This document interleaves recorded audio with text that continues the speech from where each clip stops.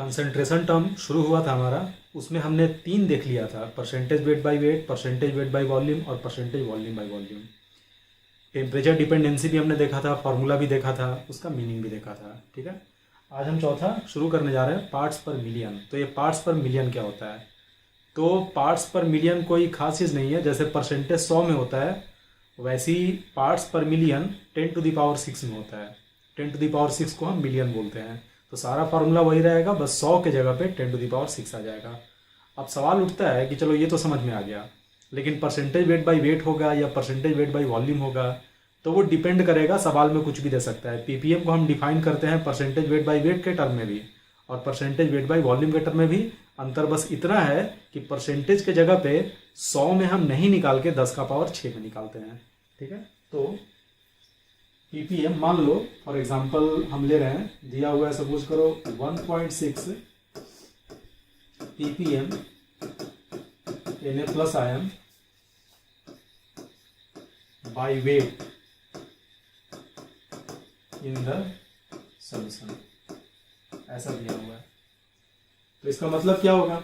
तो इसका मतलब होगा इन पीपीएम का मतलब, पीपीएम का मतलब 10⁶ में, तो हम लिखेंगे इन 10⁶ ग्राम ऑफ सॉल्यूशन। हमने ग्राम क्यों लिया? क्योंकि हमें पीपीएम बाय वेट दिया हुआ है, तो हम वेट बाय वेट के टर्म में डिफाइन करेंगे। 10⁶ gram of solution, 1.6 gram of Na+ ions are present. आ गया समझ में? लेकिन अगर मान लो बोल दिया, सपोज करो 2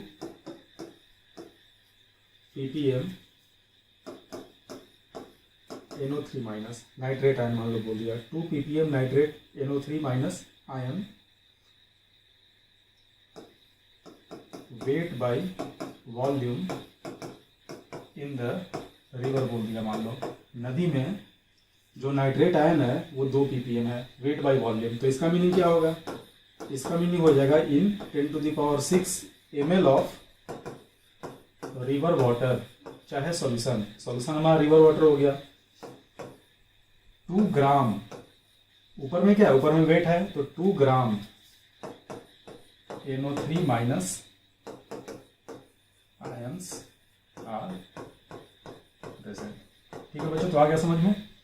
तुम बोलोगे अगर कुछ भी मेंशन नहीं किया हुआ है तब क्या करेंगे? तो जब कुछ भी मेंशन नहीं किया हुआ है तो तुम वेट बाय वेट ले लोगे। ठीक है, जब कुछ भी मेंशन ना करे तो तुम वेट बाय वेट ले लोगे, पहला पॉइंट। दूसरा एक और बहुत ही ज्यादा इंपॉर्टेंट पॉइंट, ये देखो 10⁶ ग्राम सोल्यूशन है, 10⁶ ग्राम यानी 1000 किलो, 1000 केजी, और उसमें Na+ मात्र 1.6 ग्राम है, मात्र 1.6 है ना।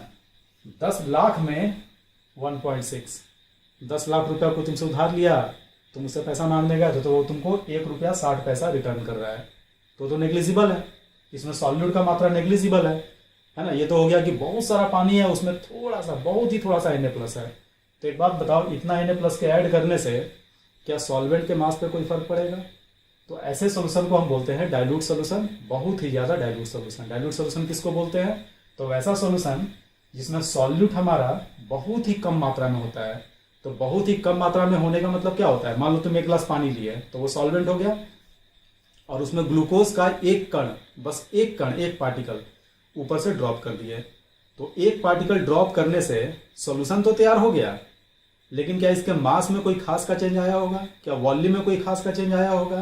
तो हम ये कमेंट कर सकते हैं कि डाइल्यूट सॉल्यूशन में जो सॉल्वेंट होता है वो सॉल्यूशन के अप्रोक्सीमेटली सेम होता है, बाई मास चाहे बाई वॉल्यूम।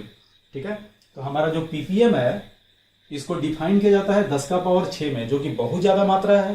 तो नॉर्मली पीपीएम को, हमेशा नहीं, नॉर्मली, जनरली, है ना, मैक्सिमम टाइम्स, ऑलवेज नहीं, मैक्सिमम टाइम्स पीपीएम को डिफाइन किया जाता है बहुत ही ज्यादा डाइल्यूट सॉल्यूशन के लिए। ठीक है, तो हम यहाँ पे नीचे लिख रहे हैं, बहुत ही इंपॉर्टेंट पॉइंट है। Ppm is generally defined for very dilute solutions, है ना, बहुत ही ज़्यादा डाइल्यूट सॉल्यूशंस के लिए पीपीएम को डिफाइन किया जाता है।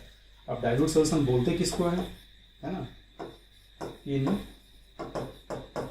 डाइल्यूट सॉल्यूशन, जो भी डाइल्यूट सॉल्यूशन होता है उसमें क्या होता है बच्चों, क्या बताएं, इन डाइल्यूट सॉल्यूशन जो वेट ऑफ सॉल्वेंट होता है वही अप्रॉक्सीमेटली वेट ऑफ सॉल्यूशन के बराबर हो जाता है। क्यों? क्योंकि सॉल्यूट जो है वो नेग्लिजिबल होता है। चाहे हम इसको वॉल्यूम में बात कर सकते हैं कि वॉल्यूम जो होता है सॉल्वेंट का वो approximately equal to, sorry weight नहीं, वॉल्यूम अप्रॉक्सीमेटली इक्वल टू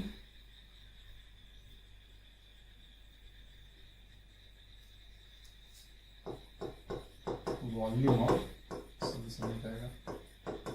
ठीक है, यहाँ वेट हम गलती से लिखे थे। क्यों लिखे थे? तो वो एक आदत की वजह से लिखे थे। नॉर्मली ऐसा होता है कि वॉल्यूम सॉल्वेंट का वेट ऑफ सॉल्यूशन के बराबर हो जाता है, लेकिन ये तभी होता है जब सॉल्यूशन का डेंसिटी 1 ग्राम पर ml हो, चाहे सॉल्वेंट हमारा वाटर हो, वेरी डाइल्यूट सॉल्यूशन के केस में। लेकिन हम अभी उसकी चर्चा नहीं कर रहे हैं, इसलिए उसकी बात अभी हम नहीं करेंगे। अभी सिंपली हम क्या बोले, एक गिलास पानी है, उसमें अगर तुम 1 कण ग्लूकोज का डालते हो तो ग्लूकोज का सॉल्यूशन तैयार हो गया, लेकिन वो बहुत ही ज़्यादा डाइल्यूट होगा। उस बहुत ही ज़्यादा डाइल्यूट सॉल्यूशन में ग्लूकोज का मात्रा इतना कम है कि हम बोल सकते हैं कि जो पानी का पहले का वजन होगा, सॉल्यूशन का वजन जो है वो दोनों अप्रॉक्सीमेटली सेम है। चाहे पानी का जो पहले का वॉल्यूम था और सॉल्यूशन का जो वॉल्यूम है अप्रॉक्सीमेटली सेम है ना। Volume of solution and volume of solvent, चाहे वेट ऑफ सॉल्यूशन और wait of solvent approximately same हो जाएगा। और क्या तरीका है करने का? वेट ऑफ सॉल्यूशन को क्या लिख सकते हो, वेट ऑफ सॉल्वेंट जोड़ वेट ऑफ सॉल्यूट, और सॉल्वेंट की तुलना में सॉल्यूट को नेग्लेक्ट कर दो। वॉल्यूम ऑफ सॉल्यूशन को क्या लिख सकते हो, volume of solvent plus volume of solute, और फिर सॉल्वेंट की तुलना में सॉल्यूट को नेग्लेक्ट कर दो। आ गया समझ में? ठीक है, इतना नोट करो पहले। अब देखो बच्चों, एक पॉइंट थोड़ा अलग से बता देते हैं, लिखना for dilute aqueous solution. Aqueous solution किसको बोलते हैं? तो एक्वस सॉल्यूशन वही कहलाता है जिसमें सॉल्वेंट हमारा वाटर हो। If water is solvent then it is called aqueous solution. और क्या पढ़े हो? पानी का डेंसिटी जब नहीं दिया रहे तो कितना लेते हैं, 1 ग्राम पर ml लेते हैं। देखो फॉर डाइल्यूट एक्वस सॉल्यूशन, अगर डाइल्यूट एक्वस सॉल्यूशन है और सपोज करो W ग्राम सॉल्यूशन है हमारे पास, तो बच्चों डाइल्यूट दिया हुआ है, तो अगर डाइल्यूट दिया हुआ है तो W ग्राम सॉल्यूशन को हम क्या लिख सकते हैं कि W ग्राम जो सॉल्यूशन होगा वो W ग्राम सॉल्वेंट प्लस W ग्राम, है ना, सॉल्वेंट प्लस सॉल्यूट होगा, जोड़कर दोनों। सॉल्यूशन है W ग्राम, यानी सॉल्वेंट और सॉल्यूट जोड़कर W ग्राम है, लेकिन डाइल्यूट है तो डाइल्यूट का मतलब सॉल्यूट नेग्लिजिबल। तो क्या हम लिख सकते हैं, अभी तुरंत सिखाए हैं कि W ग्राम सॉल्यूशन जो रहता है वो W ग्राम सॉल्वेंट के अप्रॉक्सीमेटली सेम हो जाएगा।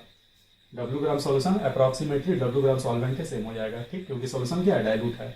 अभी एक्वस को हम इस्तेमाल नहीं किए हैं, डाइल्यूट है इस वजह से ये हुआ। ठीक है, अब देखो, अब हम एक्वस टर्म को इस्तेमाल कर रहे हैं। एक्वस का मतलब क्या कि जो हमारा सॉल्वेंट है, एक्वस का मतलब कि सॉल्वेंट कौन है, सॉल्वेंट इज वाटर। और अगर सॉल्वेंट वाटर है तो उसका डेंसिटी क्या होगा, 1 ग्राम पर ml, यानी 1 ग्राम में 1 ml, तो W ग्राम में कितना होगा, W ग्राम में हम बोल सकते हैं कि Wml होगा। Wml ऑफ सॉल्वेंट हो गया। ठीक है, Wml ऑफ सॉल्वेंट हो गया। कैसे, 1 ग्राम पर ml, वॉल्यूम बराबर क्या होगा, मास बाय डेंसिटी, मास है W को 1 से डिवाइड करो, W नहीं आ गया। पानी के केस में जितना ग्राम उतना ml, तो सॉल्वेंट अगर W ग्राम है तो सॉल्वेंट वाटर, तो वाटर का ml भी W ही होगा, W ग्राम में Wml। यहां तक समझ में आ गया? कहने का मतलब देखो, हम शुरू किए थे कहां से, W ग्राम सोल्यूशन से, और वो बराबर आ गया है Wml सॉल्वेंट के। ठीक है, W से तुमको वेट का आइडिया लग रहा होगा, उस कंफ्यूजन से बचने के लिए हम क्या कर रहे हैं कि इसको x ले लेते हैं। तीनों हम x ले लिए। x gram solution approximately equal to x gram solvent, और x ग्राम सॉल्वेंट क्योंकि वाटर है तो x ml सॉल्वेंट के बराबर हो जाएगा। कहने का मतलब जब भी आपको डाइल्यूट और एक्वस दोनों दे, डाइल्यूट एक्वस सॉल्यूशन दे, तो जो हमारा सॉल्यूशन का मास होता है वही हमारे सॉल्वेंट का वॉल्यूम भी होता है, ठीक है। और सॉल्वेंट का वॉल्यूम हो गया, लेकिन ये तो डाइल्यूट है, तो डाइल्यूट के केस में अभी क्या बताए थे कि वॉल्यूम ऑफ सॉल्वेंट और वॉल्यूम ऑफ सोल्यूशन सेम होता है, तो ये वॉल्यूम है सॉल्वेंट का, तो हम इसी को लिख सकते हैं x ml ऑफ सोल्यूशन। कहने का मतलब डाइल्यूट एक्वा सोल्यूशन में, पिछला जो हम लिखे थे वो केवल डाइल्यूट था, तो केवल डाइल्यूट था तो वेट वाला अलग लिखे थे, वॉल्यूम वाला अलग लिखे थे, दोनों को आपस में इक्वल नहीं किए थे। लेकिन अगर एक्वस लिख दे बच्चों, इस वाले केस में अगर एक्वस लिख दे तो हम क्या बोल सकते हैं, हम बोल सकते हैं कि weight of solvent is equal to weight of solution is equal to volume of solution is equal to volume of solvent. ये पूरा लिख सकते हैं अगर डाइल्यूट एक्वा सॉल्यूशन रहेगा तो, ठीक है। और ये मैग्नीट्यूड वाइज है, ऐसा नहीं है कि W ग्राम W ml के बराबर हो जाएगा, है ना, W के बराबर होगा, ग्राम और ml को हटा दो, यूनिट को नहीं रखना है, बस मैग्नीट्यूड बराबर दिया है। ध्यान से देखो, x ग्राम का मैग्नीट्यूड x है और x ml का मैग्नीट्यूड भी x है। क्लियर हुआ, ठीक है। तो ये पूरा का पूरा जो लिखा हुआ है ये किस वाइज लिखा हुआ है, मैग्नीट्यूड वाइज लिखा हुआ है, ठीक है बच्चों। तो ये चीज बहुत काम आएगा, आगे में बहुत काम आएगा। जब भी डाइल्यूट सोल्यूशन दे दे तो समझ जाओ कि सॉल्यूशन का वेट, सॉल्यूशन का वॉल्यूम, सॉल्वेंट का वेट और सॉल्वेंट का वॉल्यूम, ये सारा का सारा सेम मैग्नीट्यूड का हम चाहें तो ले सकते हैं अगर हमें जरूरत है तो। अगर जरूरत नहीं है तब कोई बात नहीं, तो सवाल दिया है हम इससे कर लेंगे, ठीक है। नोट कर लो इतना, और इसको अलग से एक बॉक्स में डाल देना, है ना, क्योंकि ये अलग से डिस्कशन हो गया, इसका पीपीएम से फिलहाल अभी कोई लेना नहीं है, ये अलग से डिस्कशन हो गया डाइल्यूट एक्वा सॉल्यूशन के लिए, ठीक है। नोट कर लो। चलो वापस आ जाते हैं पीपीएम के फॉर्मूले में। तो अगर मान लो बोलेगा कि पीपीएम बाई वेट का फॉर्मूला बताओ, तो क्या सीखा है, जो परसेंटेज का फॉर्मूला था बिल्कुल वही, बस 100 की जगह पे 10 का पावर 6। तो हम क्या लिखेंगे, wait of solute divided by weight of solution into हो जाएगा 10 टू द पावर 6, ठीक है। लेकिन अगर मान लो बोल दिया कि हमारा सॉल्यूशन जो है वो डाइल्यूट है ना, और एक्वस भी बोल दिया, एक्वस डाइल्यूट सॉल्यूशन है, तो अगर केवल डाइल्यूट बोलेगा तो हम यहाँ सॉल्वेंट लिख सकते हैं, और एक्वस भी बोल दिया तो हम वॉल्यूम भी चाहे तो लिख सकते हैं। तो ये हो जाएगा wait of solute divided by weight of solvent, चाहे क्या लिख सकते हैं, वॉल्यूम ऑफ सॉल्वेंट, चाहे क्या लिख सकते हैं, वॉल्यूम ऑफ सॉल्यूशन। चारों में से कुछ भी हम लिख सकते हैं अगर एक्वस डाइल्यूट है तो, into 10 to the power 6। Temperature dependent होगा या नहीं होगा तो ये आइडिया तुमको पहले से है। अगर वेट बाय वेट में दिया है तो परसेंटेज डिपेंडेंट नहीं होगा, अगर वेट बाय वॉल्यूम में डेटा दिया हुआ है तो परसेंटेज डिपेंडेंट होगा, ठीक है। तो खत्म हो पूरा, यही पे नोट कर लो। नंबर 5 क्या था बच्चों, ग्राम पर लीटर। देखो पीपीएम जो अभी हम पढ़े, हो सकता है तुम लोगों को थोड़ा बल्कि लग रहा होगा। एक और बात, सॉरी, जिस प्रकार से तुम पीपीए पढ़े ना वैसी पीपीबी भी होता है। अगर बोल दे पीपीबी बाई मास, तो यहाँ पे बी का मतलब होता है बिलियन, है ना, और बिलियन जो होता है 10 टू द पावर 9 में होता है। तो तुम इसको क्या लिखोगे, weight of solute divided by weight of solution into 10 to the power 9, ठीक है। तो ये सब याद रखना। फिर से अगर डाइल्यूट दे दिया, एक्वस दे दिया, तो हम चाहें तो वेट को वॉल्यूम लिख सकते हैं, सॉल्यूशन को सॉल्वेंट लिख सकते हैं, ठीक है। तो देखने में थोड़ा बल्कि लग रहा होगा, देखने में थोड़ा मुश्किल लग रहा होगा, मुश्किल है नहीं। जब इसका न्यूमेरिकल आएगा तो तुमको आसानी से ये इस्तेमाल करना आ जाएगा, ठीक है। तब तक धैर्य रखो, वेट रखो, फॉर्मूला दिमाग में रखना, पीपीबी का भी और पीपीएम का भी, है ना। अगला क्या था, ग्राम पर लीटर। तो ये सबसे आसान कंसंट्रेशन टर्म है, इनफैक्ट ये तो सीधे सीधे यूनिट है। तो अगर मान लो तुमको दिया हुआ है 40 ग्राम पर लीटर HCl सॉल्यूशन, तो बता दो इसका मीनिंग क्या होगा। इसका मीनिंग होगा मीन्स इन ग्राम पर लीटर, यानी 1 लीटर में 40 ग्राम, तो तुम लिखोगे इन 1 लीटर, चाहे 1000 ml भी लिख सकते हो, इन 1 litre of solution 40 gram HCl is present, ठीक है। इसका फॉर्मूला क्या हो जाएगा, जो कि कभी काम नहीं आता है, ग्राम पर लीटर बराबर, तो ऊपर में क्या है ग्राम, तो ऊपर में तुम लिखोगे weight of solute divided, wait of solute किस यूनिट में है, ग्राम में, और नीचे में क्या है लीटर, यानी वॉल्यूम है, वॉल्यूम किसका, सॉल्यूशन का, वॉल्यूम ऑफ सॉल्यूशन, और ये किस यूनिट में, ये हो जाएगा लीटर में। क्या गुना भी करेंगे, तो नहीं करेंगे, परसेंटेज थोड़े ना है, 1 लीटर में निकालना है, तुम डिवाइड कर दिए, 1 लीटर में निकल गया। अगर मान लो तुमको वॉल्यूम ml में दिया है तो ml को लीटर में बदल के लिखना, चाहे अगर फॉर्मूला ही तुम लिखना चाहते हो ml में, तो क्या लिखोगे, वेट ऑफ सॉल्यूट, ये तो वही रहेगा in gram, divided by volume of solution, ठीक है। और ये मान लो दिया हुआ है ml में, तो एक तरीका क्या बताए, ml को 1000 से डिवाइड कर दो, यही पे तो लीटर आ जाएगा।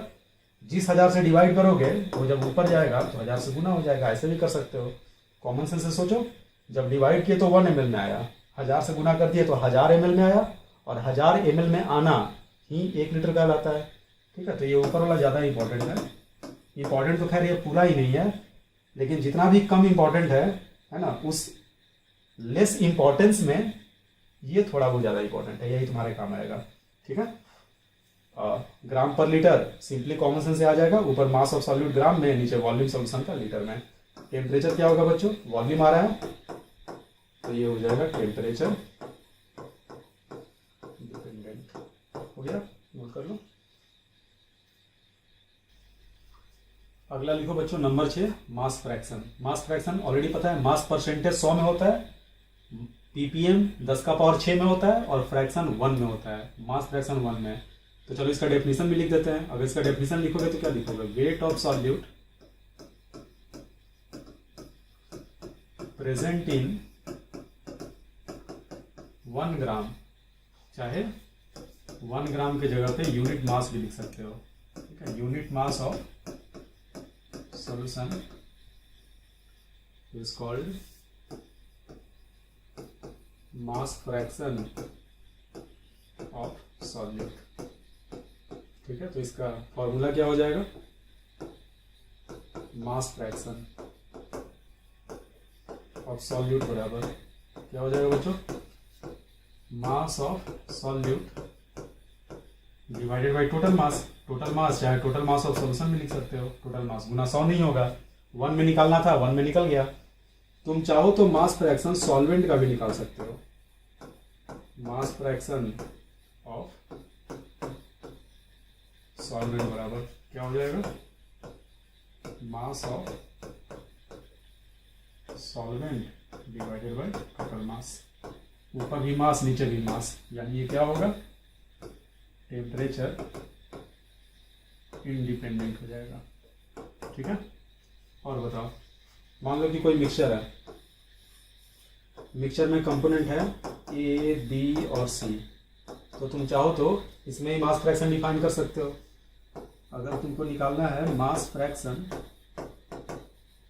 ऑफ ए बराबर, तो क्या लिखा जाएगा, mass of A divided by total मास, ठीक है। सिमिलरली मास फ्रैक्शन निकालना है बी का, मास फ्रैक्शन ऑफ बी, तो क्या हो जाएगा, तो mass of B divided by total mass. C का भी वैसे निकल जाएगा, लेकिन एक चीज देखो तो मास ऑफ ए यहां से क्या आएगा, यहां से अगर हम लिखना चाहें तो मास ऑफ ए बराबर क्रॉस मल्टीप्लीकेशन कर दो तो क्या आ गया, टोटल मास इनटू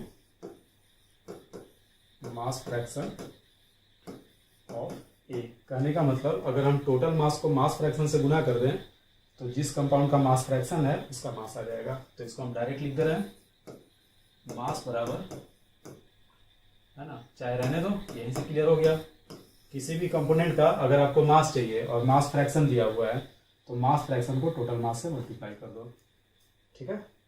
तो ये कोई खास इंपॉर्टेंट नहीं है, मास फ्रैक्शन जब भी निकालना है तो मास को टोटल मास से भाग दे दो, और अगर जिसका मास फ्रैक्शन दिया हुआ है जिस कंपोनेंट का, उस कंपोनेंट का अगर मास निकालना है तो मास फ्रैक्शन को टोटल मास से मल्टीप्लाई कर दो, ठीक है, खत्म हो गया है। मोल फ्रैक्शन भी सेम ऐसे ही जाएगा, लेकिन मोल फ्रैक्शन बहुत ज़्यादा इस्तेमाल होता है। मोल फ्रैक्शन जब देगा तो मोल फ्रैक्शन बराबर क्या होगा, mole of solute by total मोल हो जाएगा। टोटल मोल में अगर तुम मोल फ्रैक्शन से गुना करोगे तो तुम्हारे पास मोल आ जाएगा उस कंपोनेंट का जिसका मोल फ्रैक्शन दिया हुआ है। ठीक है, नोट कर लो।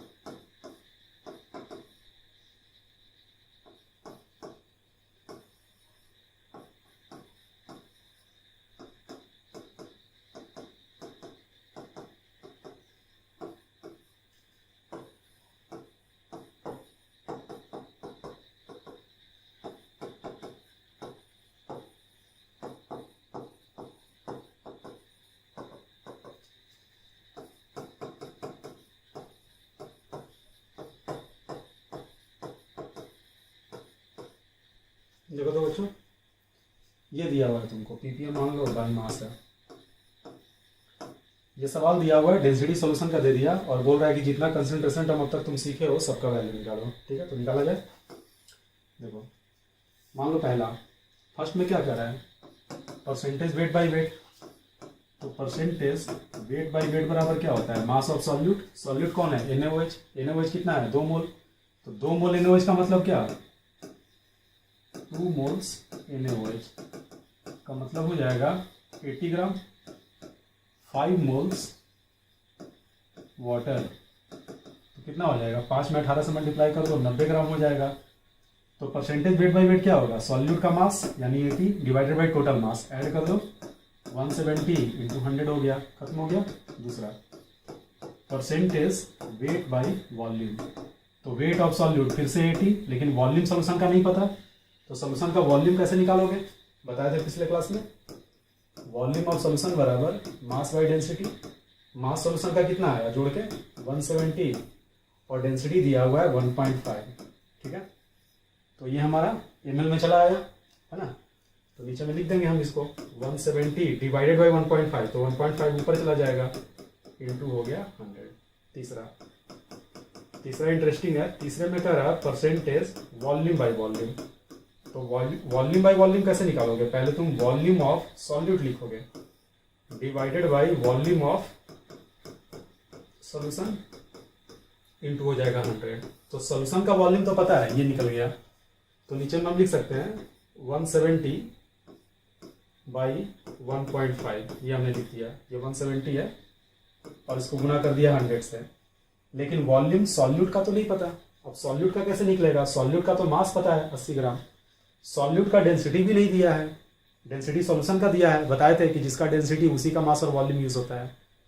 एक तरीका है, अगर हम सॉल्यूशन में से, सॉल्यूशन क्या है, सॉल्यूट और सॉल्वेंट का जोड़ है, अगर हम पूरे सॉल्यूशन में से सॉल्वेंट को घटा दें तो सॉल्यूट मिल जाएगा। अगर हमें वॉल्यूम चाहिए सॉल्यूट का, वॉल्यूम ऑफ सॉल्यूट बराबर हम लिख सकते हैं volume of solution minus volume of solvent. तो वॉल्यूम सॉल्यूशन का कितना आया था 170 बाई 1.5 है ना, माइनस होगा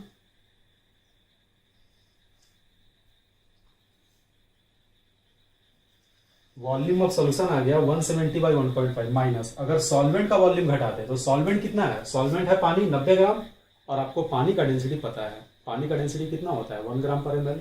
तो अगर पानी का डेंसिटी होता है 1 ग्राम पर ml, तो ये जो 90 ग्राम है ये बराबर हो जाएगा 90 ml के, बस खत्म हो गया। वॉल्यूम ऑफ सॉल्यूशन में से वॉल्यूम ऑफ सॉल्वेंट, बहुत ही आसान है और उतना ही ट्रिकी है। ये बहुत आसान होता है, फिर भी लोग इसमें कंफ्यूज कर जाते हैं। जब सॉल्यूट का वॉल्यूम निकालना है तो तुम इसको यूज कर लोगे ना, सॉल्यूशन के वॉल्यूम में से, ध्यान से फिर से समझो, गलती इसमें भविष्य में तुमसे कभी नहीं होना चाहिए। पहली बार है तो तुमको अभी ये बहुत कॉम्प्लेक्स लगेगा, तुमको फील नहीं हो रहा होगा, लेकिन फिर भी तुमको ये कॉम्प्लेक्स लगना चाहिए। सॉल्यूशन का वॉल्यूम तुमको पता है, निकाल चुके हैं हम। सॉल्यूट का वॉल्यूम चाहिए, तो सॉल्यूट का वॉल्यूम निकालने के लिए सॉल्यूशन के वॉल्यूम में से सॉल्वेंट के वॉल्यूम को माइनस करना है। याद हुआ? सॉल्यूशन के वॉल्यूम में से सॉल्वेंट के वॉल्यूम को। सॉल्यूशन का वॉल्यूम निकल चुका है डेंसिटी से, और सॉल्वेंट का वॉल्यूम बहुत आसान है, क्योंकि सॉल्वेंट वाटर होता है और वाटर का डेंसिटी तुमको याद है। तो वाटर का जो मास होता है वही उसका वॉल्यूम होता है, क्योंकि डेंसिटी 1 ग्राम पर ml। तो अगर वाटर है 90 ग्राम तो वो 90 ml होगा, क्योंकि पानी का डेंसिटी 1 ग्राम पर ml। पानी का डेंसिटी दिया हुआ नहीं है, फिर भी हमको पता है कितना होता है, 1 ग्राम पर ml। तो 90 ग्राम में तो 90 ml पानी, यानी सॉल्वेंट का वॉल्यूम आ गया। सॉल्यूशन के वॉल्यूम में से सॉल्वेंट के वॉल्यूम को माइनस कर देंगे तो सॉल्वेंट का वॉल्यूम आ जाएगा। तो ऊपर में क्या लिखेंगे? ऊपर में हम लिखेंगे, सॉल्व करके लिखेंगे, हम बस एक्सप्रेशन लिख रहे हैं, 170 upon 1.5 minus 90 divided by 170 upon 1.5, solution का वॉल्यूम गुना 100 हो गया। ठीक है, खुद से करना जरा, तो ये दोनों तो आराम से हो जाएगा, ये खुद से जरा करो। तो अभी जितना स्टेप्स बताएं सारा स्टेप्स आपके दिमाग में रहना चाहिए, और खुद से बिल्कुल इंडिपेंडेंट बिना देखे हुए करने का प्रयास करो जरा। तो इसमें आगे बढ़ते हैं बच्चों। नंबर 4, नंबर 4 में क्या बोल रहा है? पीपीएम बताना है NaOH का बाई मास। बाई मास का मतलब मास ऑफ सॉल्यूट। सॉल्यूट का मास कितना लिखे थे अभी? 80 डिवाइडेड बाई सॉल्यूशन का मास। तो देखो यहाँ पे डाइल्यूट नहीं है, भले ही पीपीएम बोल रहा है लेकिन डाइल्यूट नहीं है, मेंशन भी नहीं किया है। और वैसे भी 90 ग्राम पानी 80 ग्राम NaOH, तो NaOH हमारा नेग्लिजिबल नहीं है। नीचे में कितना? 170, और पीपीएम है तो मल्टीप्लाई कर देंगे 10⁶ से। पीपीबी पूछ नहीं रहा, लेकिन अगर पूछता पीपीबी बाई मास तो हम क्या लिखते हैं? 80 अपॉन 170 इंटू 10⁹ हो जाता है। नंबर 5, ग्राम पर लीटर। तो ग्राम पर लीटर ऑफ NaOH बराबर मास ऑफ NaOH इन ग्राम, यानी 80 डिवाइडेड बाई, है ना, ग्राम पर लीटर। तो नीचे में वॉल्यूम आएगा लीटर में, वॉल्यूम आएगा लीटर में। वॉल्यूम अभी हमने निकाला था, कितना आया था? 170 बाई 1.5 आया था, लेकिन ये तो ml आया था, तो ml को लीटर में बदलने के लिए 10⁻³ से गुना कर दो। ठीक है, तो ये हो गया ग्राम, ये हो गया लीटर। वैसे भी देखो 10⁻³ ऊपर जाएगा तो 1000 से गुना हो जाएगा, सेम फार्मूला ml वाला भी। Number 6, mass fraction. Mass fraction of NaOH बराबर क्या? Mass of NaOH 80 divided by total mass 170, खत्म हो गया, बस इतना ही, है ना। मास फ्रैक्शन 1 में तो 1 से तो गुना है ही। नंबर 7 अभी पढ़ाया नहीं है, लेकिन फिर भी तुमसे हो जाएगा। Mole fraction, mole fraction of NaOH बराबर, तो क्या कॉमन सेंस से बताओ फॉर्मूला क्या होगा मोल फ्रैक्शन का? Mole of NaOH by total mole. NaOH का मोल कितना है? 2, टोटल मोल कितना है? 2 और 5 7, आ गया आंसर। ठीक है, तो देख रहे हो बहुत ही आसान है, एक बार हमको आइडिया लग जाता है डेफिनेशन का कि इसका मीनिंग क्या होता है, एक बार इसका कॉन्सेप्ट हमको समझ में आ जाता है, तो बस एक लाइन का है सारा। ठीक है, नोट कर लो। यहाँ से हमारा बच्चों मोस्ट इंपॉर्टेंट पार्ट शुरू होता है, मोल फ्रैक्शन, मोलैरिटी और मोलैरिटी, जो कि 7 8 9 था। मोल फ्रैक्शन को रिप्रेजेंट करते हैं कैपिटल X से, है ना, ये क्रॉस नहीं किया हुआ है। मोल फ्रैक्शन को शॉर्टकट में रिप्रेजेंट करने के लिए कैपिटल X को इस्तेमाल करते हैं। ठीक है, डेफिनेशन क्या होगा? मोल फ्रैक्शन अगर सॉल्यूट के रिस्पेक्ट में बोले तो मोल fraction of solute is given by moles of solute present in total 1 mole of solution.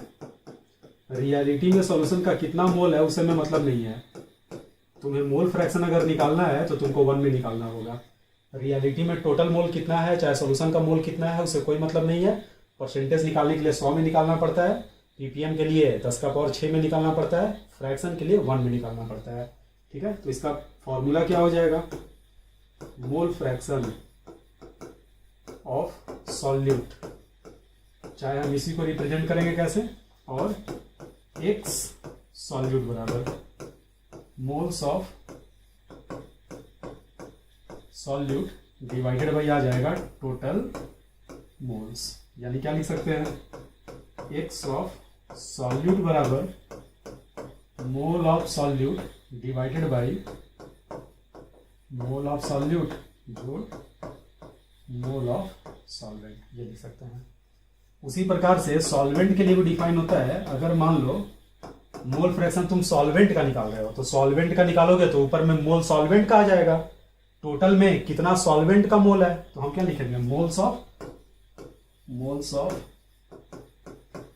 Solvent divided by total moles, है ना। चाहे इसी को क्या लिख सकते हो आप, n solvent divided by total mole को क्या लिखोगे, एन सॉल्यूट जोड़ एन सॉल्वेंट। तो एक चीज देखो तो बच्चों, परसेंटेज में क्या होता है, मान लो किसी सॉल्यूशन में 2 कंपाउंड है और दोनों का परसेंटेज दिया हुआ है, तो दोनों का परसेंटेज जोड़ने पे टोटल 100 आ जाता है, क्योंकि परसेंटेज का मतलब 100 में ही निकाले हो। तो सिमिलरली फ्रैक्शन 1 में अगर निकलता है, तो अगर हम दोनों का मोल फ्रैक्शन अगर हम ऐड कर दें इसका और इसका, तो पक्के से 1 आना चाहिए। चेक करके देखो तो, mole of solute by total mole, mole of solvent by total मोल, दोनों को जोड़ोगे तो एलसीएम आ जाएगा mole of solute by mole of solvent, और ऊपर में भी आ जाएगा मोल ऑफ सॉल्यूट जो मोल ऑफ सॉल्वेंट, कट के 1 हो जाएगा। कहने का मतलब हम ये बोल सकते हैं कि मोल ऑफ सॉल्यूट जो मोल ऑफ सॉल्वेंट बराबर 1। बहुत ही ज्यादा इंपॉर्टेंट है, आगे खूब काम आएगा। कोई भी एक दिया हुआ है, परसेंटेज में कैसे होता है, किसी एक का परसेंटेज दे दिया, दूसरे को सॉरी किसी एक का परसेंटेज दे दिया, 100 में से घटा दोगे तो दूसरा निकल जाएगा। वही सेम है, इन दोनों को जोड़ के 1 आ रहा है, एक का मोल फ्रैक्शन दे दिया, 1 में से घटा दो, तुम्हारा दूसरा निकल के चला आएगा। ठीक है, यहाँ तक कमांड हो गया। और बताओ टेम्परेचर क्या होगा ये, तो टेम्परेचर के चेंज होने से मोल पे कोई फर्क नहीं पड़ता है, तो हम बोल सकते हैं कि ये टेम्परेचर इंडिपेंडेंट होगा। ठीक है, अब इसमें और भी बहुत कुछ देखेंगे, इतना पहले नोट कर लो। देखो बच्चों, मान लो कि एक मिक्सचर दिया हुआ है और मिक्सचर में फिर से 3 कंपाउंड है, ए बी और सी। तो तुमको बोला मोल फ्रैक्शन ऑफ ए बताओ, तो क्या लिखोगे, mole of A by mole of A जोड़ मोल ऑफ बी जोड़ mole of C total mole. चाहे इसी को ऐसे भी लिख सकते हो, mole of A by total mole. Mole fraction B का बोला तो mole of B by total mole. Mole fraction C का बोला तो mole of C by total mole. अब तीनों को जोड़ के देखो तो मोल फ्रैक्शन ऑफ ए जोड़ मोल फ्रैक्शन ऑफ बी जोड़ मोल फ्रैक्शन ऑफ सी बराबर mole of A by total mole जोड़ mole of B by total mole जोड़ mole of C by total mole. LCM आ जाएगा एनटी और ऊपर में हो जाएगा मोल ऑफ ए जोड़ मोल ऑफ बी जोड़ मोल ऑफ सी। इन तीनों को जोड़ोगे तो एनटी बाई एनटी, एनटी से एनटी कट गया, कितने के बराबर, 1 के बराबर आ गया। सेम चीज आ गया। फिर से किसी भी कंपोनेंट में जितना कंपाउंड है सबका मोल फ्रैक्शन जोड़ोगे तो 1 आ जाएगा, सबका परसेंटेज जोड़ोगे तो 100 आ जाएगा। तो कॉमन सेंस की बात है, 3 कंपोनेंट है, तीनों का परसेंटेज जोड़ोगे तो 100 आ जाएगा, तीनों का मोल फ्रैक्शन जोड़ोगे 1 आ जाएगा, क्योंकि टोटल 1 में डिफाइन हुआ था। ठीक है, और क्या बोल सकते हैं हम, मोल फ्रैक्शन ऑफ ए मान लो निकाले तुम, तो इसको तुम क्या लिख रहे हो, moles of A divided by total moles. तो यहां से मोल्स ऑफ ए बराबर क्या आया, मोल्स ऑफ ए बराबर हम लिख सकते हैं total mole into mole fraction. Moles of A बराबर total moles into mole fraction. उसी का अलग अलग फॉर्म है, ये सब हम घुमा रहे हैं बस उसी में, लेकिन काम के वक्त कभी कभी दिमाग से निकल जाता है, इसलिए बार बार बता रहे हैं आप लोगों को, है ना। मोल अगर तुमको ए का मोल फ्रैक्शन दे दिया जाए, किसी भी कंपोनेंट का मोल फ्रैक्शन दे दिया और टोटल मोल दे दिया, मल्टीप्लाई कर दो, मोल आ जाएगा ए का। बी का निकालना होता तो मोल ऑफ बी बराबर total mole into mole fraction of B. ठीक है, नोट कर लो इतना। देखो बच्चों, अब जरा इसका मीनिंग समझते हैं। सपोज करो सवाल में दिया हुआ है मोल फ्रैक्शन ऑफ सोडियम हाइड्रोक्साइड बराबर 0.2, तो इसका मीनिंग क्या होगा, इसका मीनिंग होगा मोल फ्रैक्शन 1 में डिफाइन होता है, तो हम बोलेंगे इन 1 mole of solution. 1 mole solution में कितना, 0.2 मोल NaOH आर प्रेजेंट। तो एक बात बताओ, जब 1 मोल में 0.2 मोल NaOH चाहे सॉल्यूट है तो रेस्ट सॉल्वेंट होगा, तो हम लिख सकते हैं आगे एंड 0.8 मोल्स सॉल्वेंट, जो अगर नहीं दिया हुआ है तो वाटर को मान लेंगे। 0.8 moles solvent is given, is present, sorry,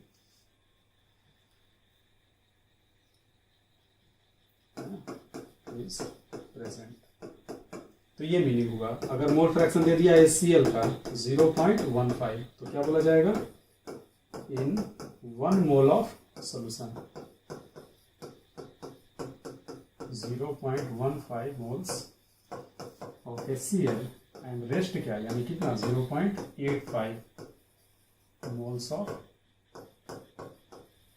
solvent is present.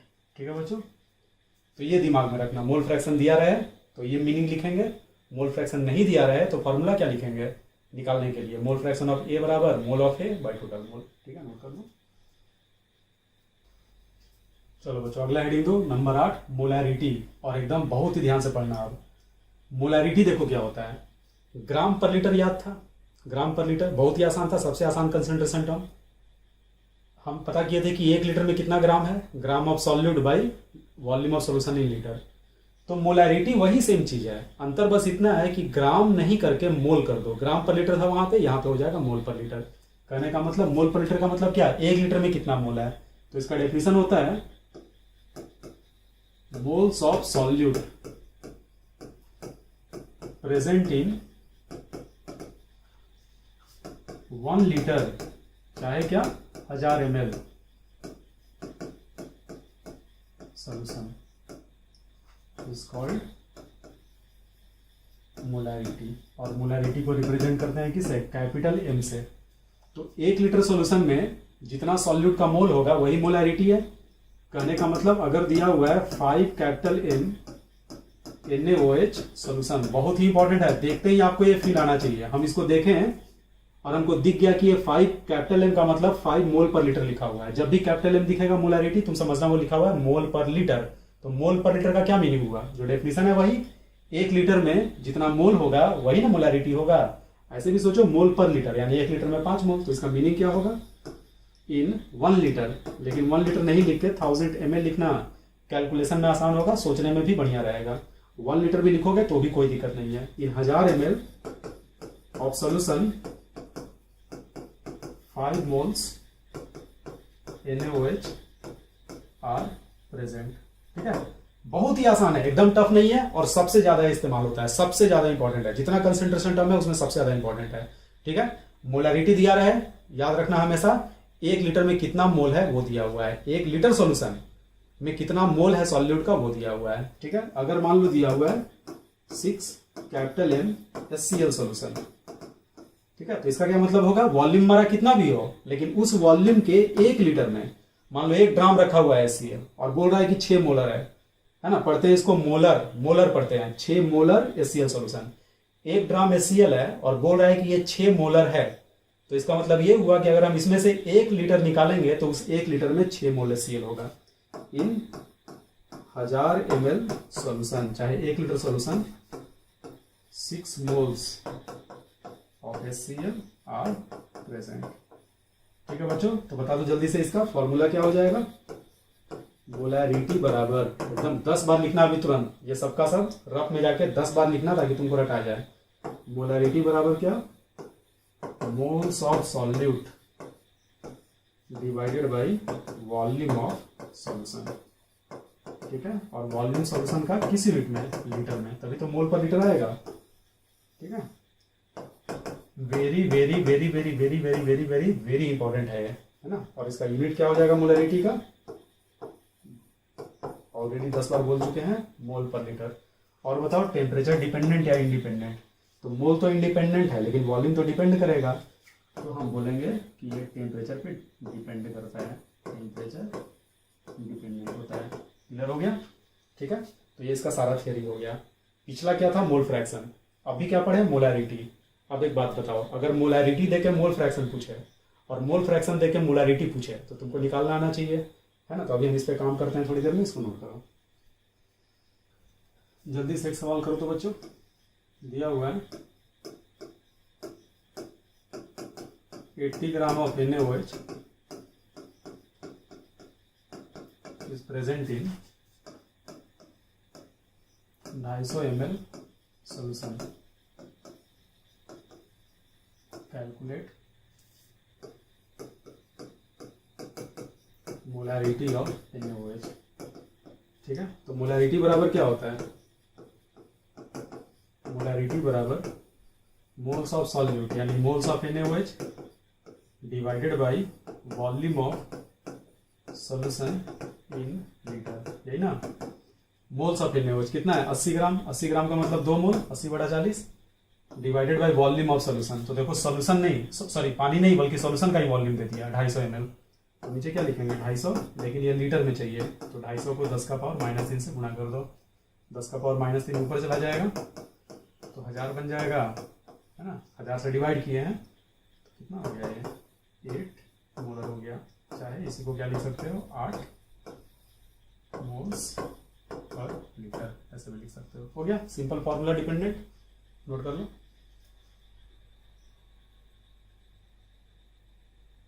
अगला देखो, मान लो क्वेश्चन में दिया हुआ है, बहुत इंपॉर्टेंट है, यहीं से शुरू होता है जो हम बोल रहे थे तब से कि बहुत ज्यादा इंपॉर्टेंट चीज है। मोल फ्रैक्शन NaOH का 0.2 दे दिया और साथ में कह रहा है कि डेंसिटी है सॉल्यूशन का 1.2 ग्राम पर ml। तो बताइए मोलैरिटी NaOH का क्या होगा, तो इसको कैसे करोगे। तो एक तो तरीका है बहुत ही डिटेल में जाने का कि पहले इसका मीनिंग लिखो, मीनिंग लिखने के बाद आप एज्यूम करते जाओ, फिर अगली लाइन में निकालो। हम लोग क्या करेंगे एक बार में इसको निकालना सीखेंगे, क्यों, क्योंकि बड़े बड़े सवाल का ये छोटा सा हिस्सा होगा तो इसको हम बहुत ज्यादा टाइम नहीं दे सकते। तो जब भी ऐसा सवाल आए ना, शुरू के टाइम में पहले मीनिंग लिख लो और मीनिंग लिख के एक लाइन में आंसर लिखना है, ठीक है। जब बहुत ज्यादा प्रैक्टिस हो जाएगा तो तुमको मीनिंग लिखने की भी जरूरत नहीं पड़ेगी। तो मीनिंग दिया हुआ क्या है मोल फ्रैक्शन, तो इसका मीनिंग क्या होगा बताओ। मोल फ्रैक्शन क्या होता है 1 मोल में, तो हम लिखेंगे इन 1 mole of solution 0.2 mole NaOH and क्या 0.8 मोल सॉल्वेंट। तो सॉल्वेंट अगर नहीं दिया है तो हम किसको लेंगे, वाटर को लेंगे। सॉल्वेंट इज प्रेजेंट, ठीक है बच्चों। अब देखो, अब डायरेक्ट लिखो मोलैरिटी बराबर, तो मोलैरिटी बराबर क्या, मोलैरिटी ऑफ NaOH बराबर moles of NaOH divided by volume of solution, ठीक है, किस यूनिट में, लीटर में। तो ये जो मीनिंग लिखे यहां से मोल तो NaOH का आ गया 0.2 मोल, ऊपर में लिखेंगे 0.2 डिवाइडेड बाई, लेकिन सॉल्यूशन का वॉल्यूम नहीं पता, सॉल्यूशन का वॉल्यूम नहीं पता, लेकिन सॉल्यूशन का डेंसिटी तो दिया है। यानी अगर सॉल्यूशन का मास निकल जाए तो मास को डेंसिटी से भाग दे देंगे तो वॉल्यूम आ जाएगा। तो सॉल्यूशन का मास निकालना हमारा एम हो गया। और सॉल्यूशन का मास कैसे निकलेगा, सॉल्यूट का मास जोड़ सॉल्वेंट का मास, और सॉल्यूट का मोल से मास निकल जाएगा, सॉल्वेंट के भी मोल से मास निकल जाएगा। तो ये तरीका होता है, इसको दिमाग में करके एक बार में लिखना होता है। तो चलो कैसे करें, 0.2 मोल NaOH, तो हमने लिखा 0.2 और इसको हमने 40 से गुणा कर दिया। बताओ तो ये क्या आ गया, तो तुम बोलोगे सर ये मास आ गया NaOH का। उसी प्रकार से 0.8 मोल है ना सॉल्वेंट नहीं दिया है तो पानी, और पानी का मोलर मास 18 से मल्टीप्लाई कर दिए तो तुम बोलोगे ये सॉल्वेंट का मास आ गया, और इन दोनों को हमने जोड़ दिया। अब क्या हुआ, सॉल्यूट का मास जोड़ सॉल्वेंट का मास, यानी सॉल्यूशन का मास आ गया, और सॉल्यूशन के मास को भाग दे दिए डेंसिटी से, तो भाग दोगे तो वो ऊपर चला जाएगा। डेंसिटी कितना है 1.2, ऊपर में 1.2 से गुना हुआ है तो रियलिटी में भाग हुआ है। अब तुमसे पूछे कि अब क्या आ गया, तो तुम बोलोगे वॉल्यूम सर आ गया सॉल्यूशन का। क्या हमारा आंसर आ गया, ऊपर में मोल है नीचे में वॉल्यूम है, आ गया आंसर। तुम्हारा आंसर होगा कि अभी नहीं आया। क्यों नहीं आया, क्योंकि हमारा डेंसिटी पर ml में दिया है, तो ये वॉल्यूम आ तो गया लेकिन ml में आया है। ml को किस में चेंज करना है, लीटर में। तो हमारे वॉल्यूम को 1000 से भाग देना होगा, 1000 से भाग दोगे ऊपर में 1000 से मल्टीप्लाई हो जाएगा। ठीक है, क्लियर हो गया है ना। तो तुमको प्रैक्टिस करना है ऐसा, कम से कम 10 20 50 सवाल प्रैक्टिस करना है, ताकि तुमको थोड़ा सा भी डिफिकल्टी नहीं हो इस चीज को एक बार में लिखने में। ठीक है, तो एक और करते हैं। मान लो दिया हुआ है मोल फ्रैक्शन HCl का दे दिया 0.15 और डेंसिटी दे दिया सॉल्यूशन का 1.3 ग्राम पर ml। आपसे कह रहा है कि मोलारिटी बताइए HCl का। ठीक है, तो वीडियो पॉज करके एक बार तुम खुद से ट्राई करो इसको, है ना। उसके बाद फिर हम करेंगे। ठीक है, हम करते हैं। देखो क्या लिखेंगे, सबसे पहले मीनिंग लिखेंगे। तो इन 1 मोल ऑफ सॉल्यूशन 0.15 मोल। देखो मीनिंग जरूर लिखना, हमको ये चीज आता है फिर भी हम मीनिंग लिख रहे हैं ना बार बार, जबकि हम चाहें तो एक लाइन में लिख सकते हैं, फिर भी तुमको सिखाने के लिए हम मीनिंग लिख रहे हैं। तो तुम तो जिंदगी में पहली बार पढ़ रहे हो, तो तुम तो मीनिंग जरूर ही लिखोगे ना, हाथ चलाओगे, हड़बड़ में मत रहोगे। समय नहीं बचाना है, समय बचा के क्या करोगे, सीखना ही है ना, तो पूरा लिख के करोगे डिटेल में, शुरुआत के टाइम में डिटेल में। इन 1 mole of solution 0.15 mole HCl और 0.85, 1 में से घटा दो तो 0.85 मोल्स है ना वाटर चाहे सॉल्वेंट इज प्रेजेंट। ठीक है, हाँ अब इसके बाद तुम डायरेक्ट लिखोगे तो molarity of HCl, mole of HCl तो ऊपर में कितना 0.15 डिवाइडेड बाय वॉल्यूम, सॉल्यूशन का वॉल्यूम नहीं पता निकालना होगा तो पहले मास निकालो HCl का, तो HCl का मास कितना 0.15 इंटू 36.5, तो ये HCl का मास आ गया। इसमें जोड़ दो पानी का मास यानी कितना 0.85 इंटू 18, HCl के मास में पानी के मास को जोड़ दिए, सॉल्यूशन का मास आ गया और सॉल्यूशन के मास को डिवाइड कर रहे हैं डेंसिटी से। डेंसिटी कितना दिया है 1.3, तो वॉल्यूम आ गया ml में, लेकिन हमें वॉल्यूम चाहिए लीटर में, तो इसको फिर से डिवाइड कर देंगे 1000 से, नीचे वाले को डिवाइड कर रहे हैं तो 1000 से ऊपर में गुना हो गया, आंसर आ गया, खत्म हो गया। ठीक है, तो ट्राई करो दोनों, खुद से लिखने का ट्राई करो, तो नोट करो। तो हमने क्या सीखा बच्चों, मोल फ्रैक्शन दिया था और उससे मोलैरिटी निकाल लिया डेंसिटी के सहारे। अगर मान लो तुमको मोलैरिटी ही दे दे, मान लो तुमको दिया हुआ है 5 मोलर NaOH सोल्यूशन और डेंसिटी दे दिया सोल्यूशन का 1.2 ग्राम पर ml, और तुमसे बोल रहा है कि बताइए NaOH का मोल फ्रैक्शन क्या होगा, ऐसा बोल रहा है। क्या सीखा है, सबसे पहले मीनिंग लिखो, तो 5 मोलर NaOH का मतलब क्या, 1 लीटर में 5 मोल, तो क्या लिखोगे, इन 1000 ml ऑफ सोल्यूशन चाहे 1 litre of solution 5 moles NaOH are present. ठीक है, बस इतना ही। सॉल्वेंट पे हम कमेंट नहीं कर सकते, क्यों, पिछले वाले में कमेंट क्यों किए थे, क्योंकि सॉल्यूशन भी मोल था और सॉलिड भी मोल था, तो मोल में से मोल घट गया। यहां सॉल्यूशन का तुमको वॉल्यूम दिया है और NaOH का मोल दिया है, तो तुम डायरेक्ट माइनस करके सॉल्वेंट को नहीं निकाल सकते। ठीक है, लेकिन निकल तो जाएगा, निकालेंगे अभी हम थोड़ी देर में। तो कैसे निकालें, मोल फ्रैक्शन ऑफ NaOH, तो क्या होता है इसका फॉर्मूला, इसका फॉर्मूला होगा moles of NaOH divided by total mole होगा।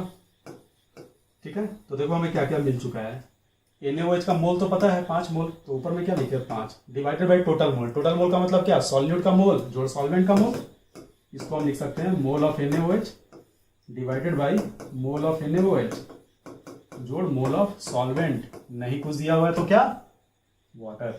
ठीक है, तो 5 by total mole, total mole में सॉल्यूट का मोल तो 5 ही आ गया, यहां पे हमें लिखना है सॉल्वेंट का मोल।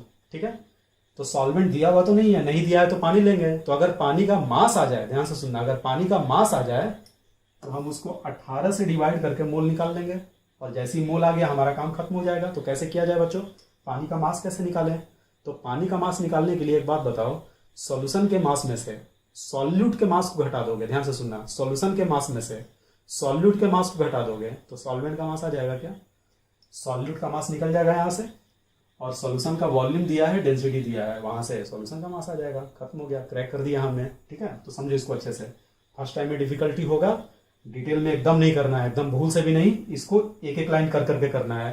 ठीक है, एक बार में तुमको लिखना आना चाहिए, और हम श्योर हैं कि तुमको लिखना आ जाएगा, चाहे तुम कितने भी कमजोर रहो तुमको लिखना आ ही जाएगा, क्योंकि ये डिफिकल्ट चीज नहीं है।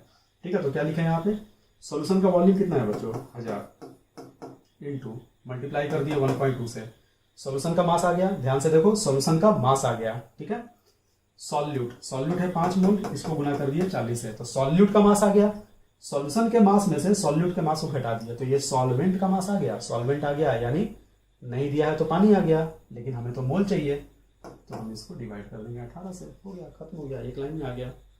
ठीक है, नोट करो और प्रैक्टिस करते हैं इसको। चलो अगला देखो बच्चों, अगला ले रहे हैं 6 मोलर C2H5OH सॉल्यूशन, डेंसिटी दिया है सॉल्यूशन का 1.4 ग्राम पर ml, और फिर से वही तुमसे पूछ रहा है कि मोल फ्रैक्शन C2H5OH का क्या होगा। पॉज करके एक बार खुद से ट्राई करो, पिछला वाला समझ के, उसके बाद करते हैं हम। ठीक है, चलो करते हैं हम। सबसे पहले क्या सिखाया तुमको, चाहे कितने भी तुम इंटेलिजेंट रहो, मीनिंग जरूर लिखो। 6 मोलर का मतलब क्या होगा, in 1000 ml solution 6 moles C2H5OH are present, इतना तो हम लिख ही सकते हैं। अब हम लिखेंगे मोल फ्रैक्शन ऑफ C2H5OH, तो क्या होगा ऊपर में मोल ऑफ C2H5OH, तो C2H5 का मोल कितना 6 डिवाइडेड बाय टोटल मोल, तो टोटल मोल में 6 मोल हो गया सॉल्यूट का, प्लस पानी का मोल चाहिए तो पानी का मास निकाल के 18 से डिवाइड कर देंगे। पानी का मास कैसे आएगा, सॉल्वेंट का मास, सॉल्वेंट का मास कैसे आएगा, सॉल्यूशन माइनस सॉल्यूट।